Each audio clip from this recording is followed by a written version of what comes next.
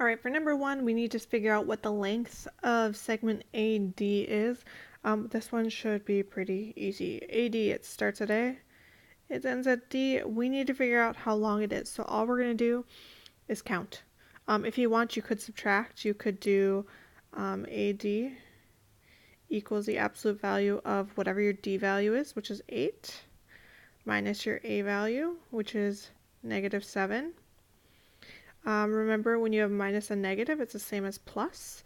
So really, we're doing the absolute value of 8 plus 7, which equals 15. And the absolute value of 15 is just 15. So the answer for the first one should be 15. You can subtract if you want or count. If I go 1, 2, 3, 4, 5, 6, 7, 8, 9, 10, 11, 12, 13, 14, 15. That's from A to D. The next one, which is the midpoint of AE? So we are looking at the segment that starts at A and goes to E. I think the easiest way to do this is to figure out how long AE is. So again, you can do AE equals the absolute value of whatever E is, 5, minus the absolute value of, or minus whatever A is, -5. If you flip those numbers around, it shouldn't be a huge deal.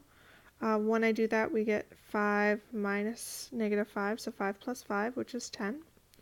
So A is 10. So I want to figure out what point is halfway in between there. So what's half of 10?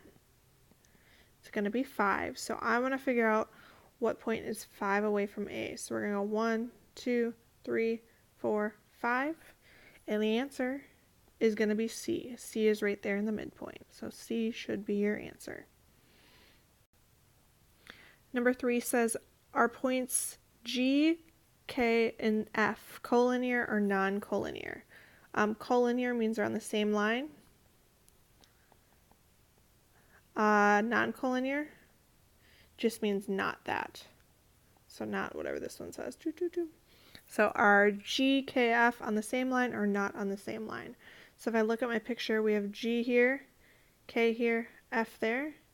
There's a line that connects all three, so these points are going to be collinear.